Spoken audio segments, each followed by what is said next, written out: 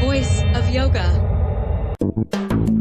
Welcome to the Institute for Personal Development, Kriya Yoga Ashram, where total consciousness is the new frontier. Kriya Yoga is union of the individual with the divine. Join us as we explore the practices to initiate this process. Good morning. Welcome to the Voice of Yoga. Let's talk consciousness. I am your hostess, Lisa Winton, and with me is Kenny Toy, also known as Swami Jayananda, founder of the Institute for Personal Development, located here in Hampton, New Hampshire. Good morning, Swami. Thank you for being here today. How are you? Good morning. I'm doing pretty good today. How about you? I'm doing great today, too. Thanks for asking. And we'd like to thank you all for tuning in. Today on the Voice of Yoga, we will talk about the statement, consciousness is experience, and why true consciousness is true health. Listen as we continue to separate the unreal from the real by expanding awareness beyond the limits of corporeal sense into spiritual truth. In this show, we will discuss benefits of being a faithful witness to the invisible, intangible, divine omnipresence as a reliable insurance policy. Welcome to the Voice of Yoga. We are talking consciousness. Join the Kriya Yoga Spiritual Advance to get the light in your soul and experience true health. So the title of today's show is, What Exactly is Good Health? And I thought what I would do before we got started is I was going to read a couple of definitions of the word health. And the first one is coming from the Oxford Languages Dictionary. They're saying the meaning of the word health is the state of being free from illness or injury. And then I thought it was interesting. I have a definition here from the WHO, which is the World Health Organization. They say health is a state of complete physical, mental, and social well-being, and not merely the absence of disease or infirmity. Now, I know you have the origin of the word health. Can you give that to us? The word health originates from the Old English word help, meaning wholeness, being whole, or sound. This root word, hail, also means healthy, sound, and safe. The term evolved from a sense of physical well-being to encompass a broader meaning of complete well-being, including physical, mental, and social aspects. End of quote. Swami, I think it's really interesting that we have origin of the word health, and then it has changed throughout our time to really mean a lot more than what its original meaning was. Well, I think that's typical about everything, because even learning how to follow the scriptural command to judge righteously, as Yogi Bhajan said, if you don't see God everywhere, you don't see God anywhere. In the light of divine truth, there's no error. Spirit is the dissolving force of the universe, translating everything back to itself. In truth, there's only health because there is no opposition in spiritual wholeness. What we find is this fact is very threatening to the false mortal sense of life. And so we have a tendency to be so attached to this mortal sense of self that we are resistant to the truth of being, which is life is perfect. It's whole, complete. Swami, so let's talk about the statement, consciousness is experience. And so why does that mean true consciousness is true health?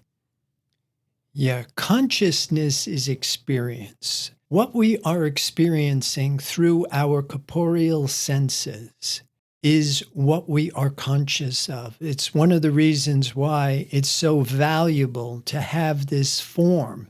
Without the form, without the appearance, there's no way of us knowing what we are conscious of. That's why Jesus said, "Now it is day, and I must do the work of him that has sent me. Soon it will be night when no one can work." Spiritually speaking, when you have a physical form, is considered day.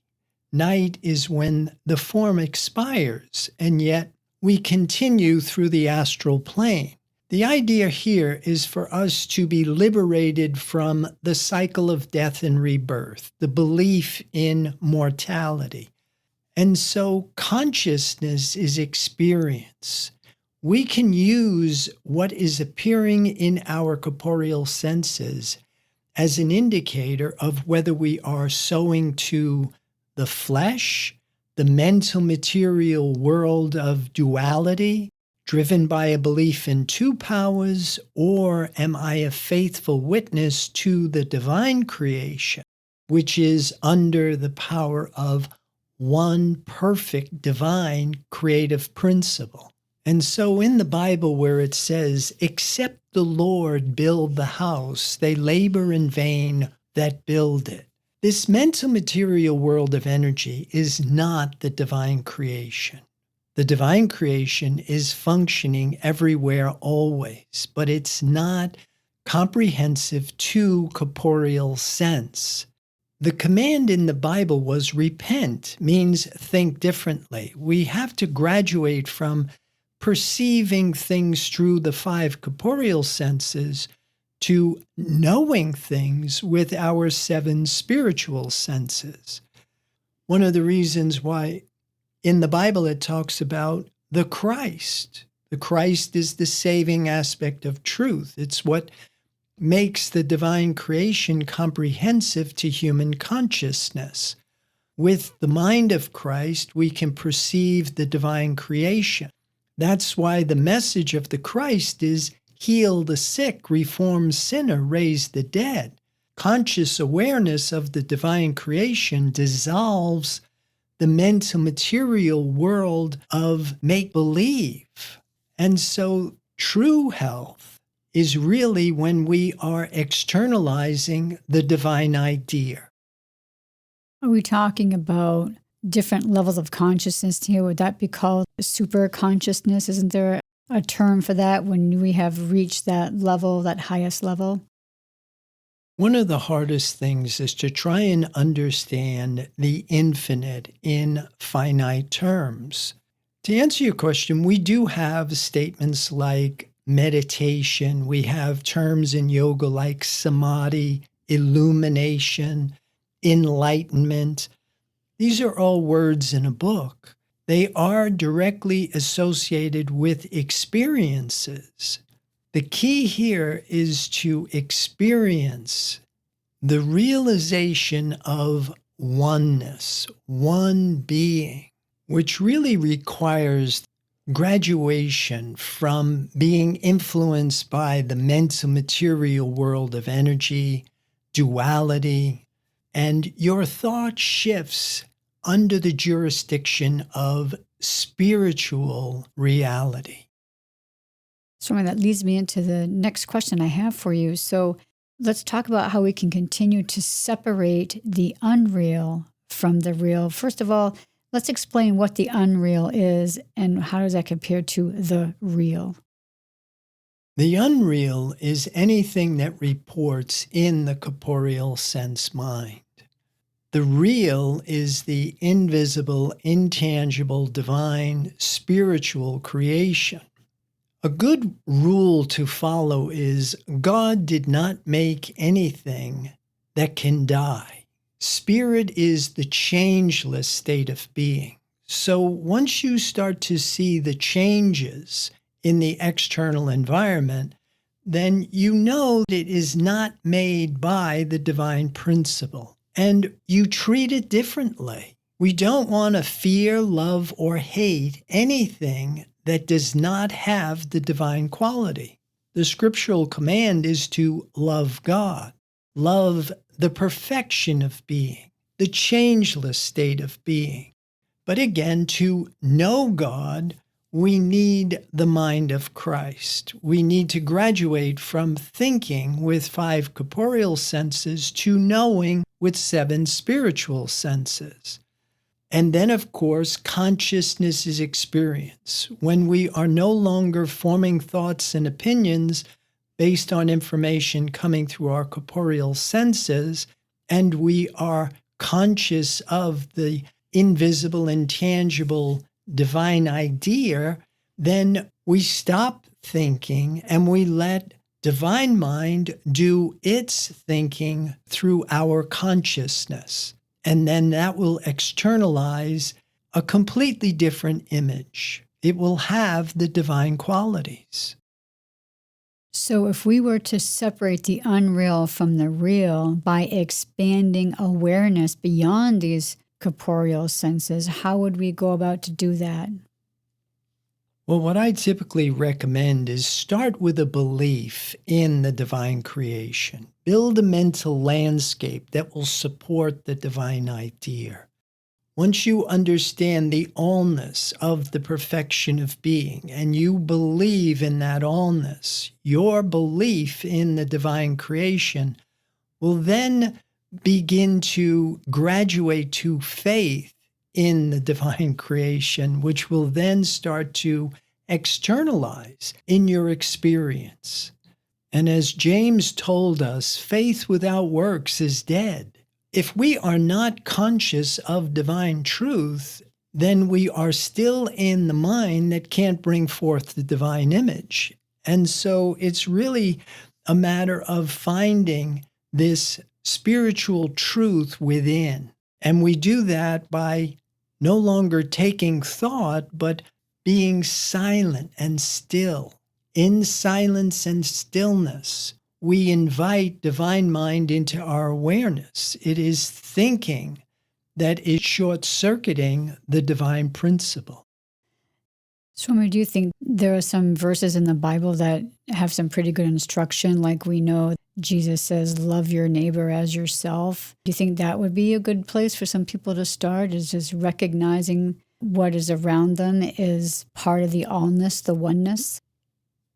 As we say in our Kriya Yoga Asana class, mountain pose, which is your ability to stand in perfect posture with internal support, where the bones are supporting you internally and your muscles are relaxed.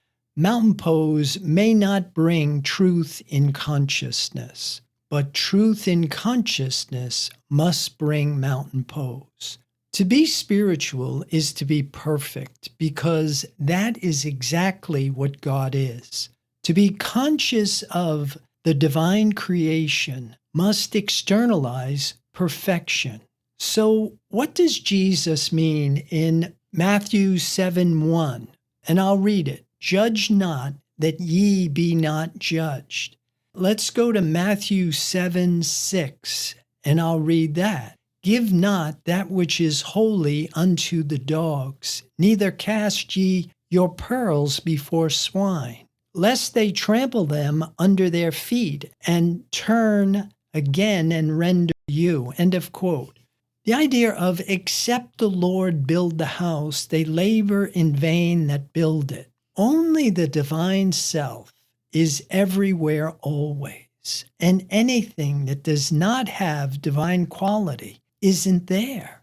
Stop trying to fix what isn't there and rest in the knowledge of the divine principle of perfection. If we are still seeing problems, experiencing problems, we are in the mind that can't bring forth the divine image. And so we really want to put our efforts not in trying to react to the testimony of the senses anymore. We just exacerbate the problem. You can't fix anything with the mortal mind. What we have to do is stop trying. I want will always obscure I am. Divine mind knows. It doesn't think and it doesn't try. So we rest in the knowledge. Life is perfect. We're going to pause right here to hear a word from our sponsor. Listeners, we'll be back with you in just a few moments.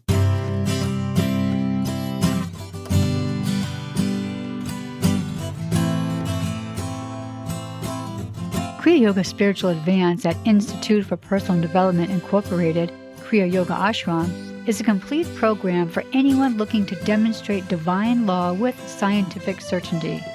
To demonstrate divine law, conscious awareness of divine truth is necessary. The spiritual advance starts with the divine creation, beginning with the principle, life is perfect, resting in the knowledge life is eternal, formless, changeless, and absolute good. The practitioner retreats from the obstructions which are the veiling conditions of the mortal mind, then rests in the knowledge of the divine principle, thus revealing the precept, consciousness is experience. Visit the website www.ipdtransform.com and begin living under spiritual truth. Welcome back. For those of you just joining us, you're listening to The Voice of Yoga, and we are talking consciousness. So we do have here a passage from Herb Fitch's Revelation of St. John from Class 1B, and I'll read it. Your authority is now revealed as Christ within you, and you can either accept or deny that authority. We can return to our conventional ways. We can settle for a degree of comfort in the physical universe. We all have that option. That is not the path of those who elect to live in the Christ, and they go their way, and many of them are happy. Many of them are successful. Many of them are comfortable and safe. But the Christ message says that we do not want that snare and delusion for ourselves, because that is not Christ's safety, Christ's success, Christ's comfort. And it can be snatched away by the tides of human circumstance. It has no sustaining law.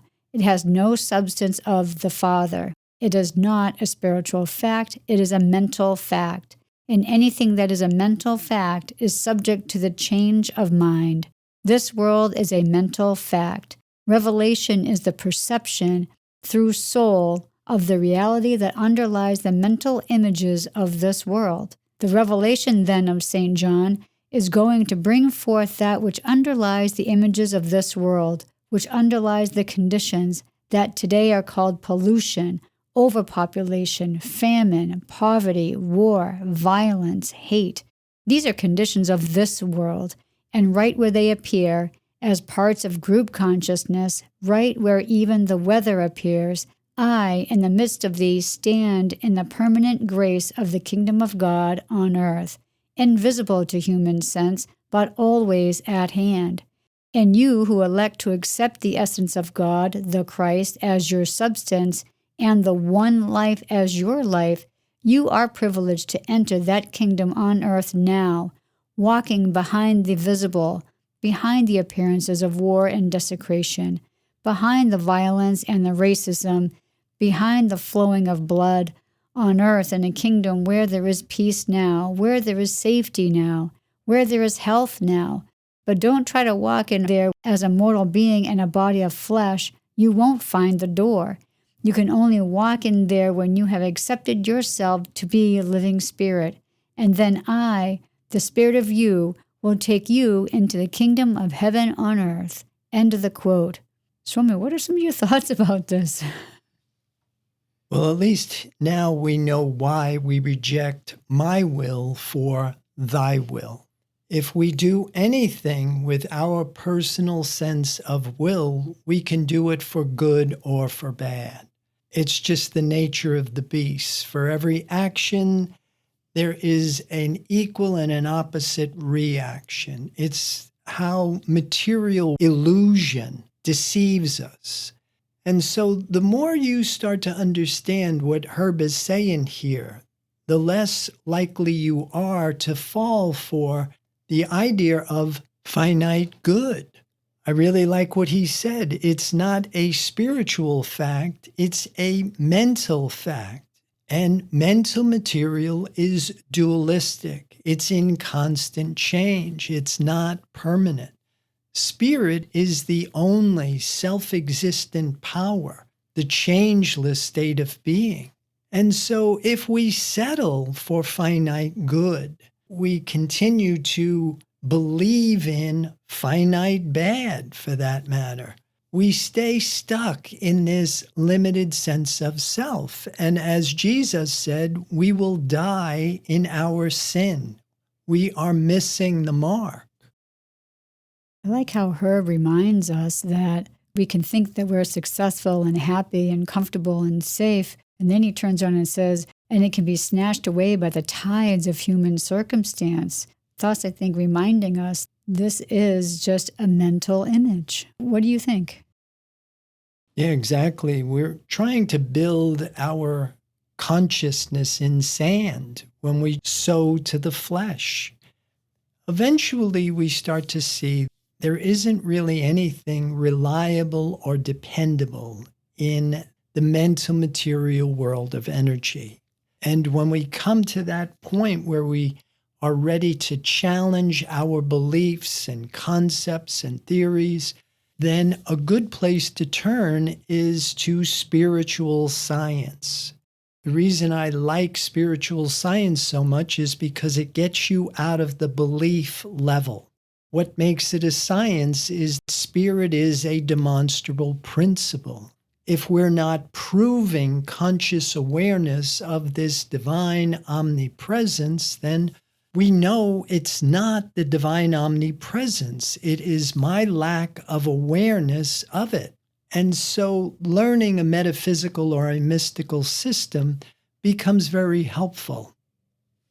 And Herb Fitch gives us something to grasp onto when he says, I, in the midst of thee, stand in the permanent grace of the kingdom of God on earth, invisible to human sense, but always at hand. That's the end of that quote.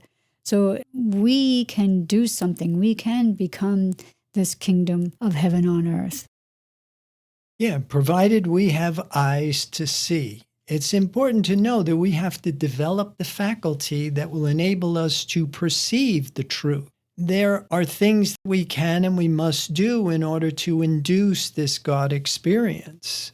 If we continue to do exactly what we're doing and hoping for Jesus to take us in on his demonstration, then like he says, we will die in our ignorance, in our sin. Swami, we have a quote here, I believe it's from Mary Baker Eddy, and it is, health in matter must be given up for health in God. Let's start a discussion on that. Yeah, this came from Gilbert Carpenter, Mary Baker Eddy, Her Spiritual Footsteps, Chapter 9. And we can't continue drawing from fear and limitation and think we can become truth and wholeness. Whoever realizes spiritual oneness discovers the life of God is the only life. Therefore, I am divine life. If divine omnipresence is all there is, who are you? Who am I? Or like it says in the Isha Upanishad, for him who sees everywhere oneness, how can there be delusion or grief? We are ignorant to the truth of being because we are not conscious of this divine omnipresent principle. We continue to experience this karmic law. The law of karma is the love of God, not letting us accept this false sense of existence. It's kind of like the ouch effect, telling us we're in the wrong self. Awaken, thou that sleepest. So let's start with why health and matter. To know the truth, which makes us free, we need the mind of Christ. As we are told, and I'll read this, metaphysics resolves things into thoughts and exchanges the objects of sense for the ideas of soul. These ideas are perfectly real and tangible to spiritual consciousness, and they have this advantage over the objects and thoughts of material sense. They are good and eternal. The testimony of the material senses is neither absolute nor divine. I therefore plant myself unreservedly on the teachings of Jesus, of his apostles, of the prophets, and on the testimony of the science of mind, other foundations, there are none. All other systems based wholly or partly on knowledge gained through the material senses, are reeds shaken by the wind, not houses built on the rock. End of quote. Science and Health with Key to the Scriptures, page 269, 14 to 28. Why health in matter must be given up is because we can't be conscious of the divine principle and be in discord. If we are in discord, sickness, suffering, disease, lack, limitation, these are all indicators we are out of the Father's consciousness. We're not conscious of the divine truth. That's why we're saying true consciousness is true health. We don't want to get too caught up in good and bad, but we want to understand all the good, beautiful, and true attributes belong to the divine principle. And you can't be conscious of the divine principle and be experiencing these problems. Again, one of the reasons why Jesus would demonstrate the allness of the divine principle before he took people into this level of consciousness. You couldn't take a sick person into divine truth because just like light dispels darkness, truth dispels the error, the false sense of existence. Swami, let's discuss these benefits of being a faithful witness to the invisible, intangible, divine omnipresence as a reliable insurance policy. To accept spiritual identity, we realize immortality is its own protection. When you eliminate mortality, you eliminate all of the things that lead to mortality. Sickness, suffering, disease, lack, limitation, accidents. None of this is under the jurisdiction of divine law. Divine law is perfect, whole, complete, everywhere, always. But we must be conscious of it in order to activate it in our experience. But what comes first, the chicken or the egg? Man says, show and I will trust. God says, trust and I will show. Accepting and living in the knowledge of the infinite divine self takes care of what seems to be a finite mortal sense of self. But again, we must be conscious of this fact and then prove it. Your belief in the divine creation should graduate to faith, where you are now demonstrating divine law with scientific certainty. I like what Mary Baker Eddy wrote, and I'll paraphrase it. For Jesus to walk on water was science. Until poor humanity walks on water, for them to step out onto the Atlantic isn't wisdom or science. You want to make sure you are able to demonstrate divine law before you rely on it. Otherwise, you are still under the government of karmic law. What you put out is what you get back. So thanks again for your insights. Today's program, What Exactly is Good Health? Listeners, be sure to visit the website www.ipdtransform.com. On any of those pages, as you scroll down, you'll see several buttons there that you could press that would further your understanding. Swami, any final thoughts about today's episode? Well, I would like to encourage people to join the Kriya Yoga Spiritual Advance to get the light in your soul and experience true health. Namaste.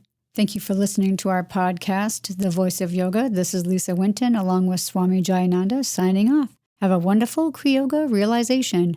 Namaste.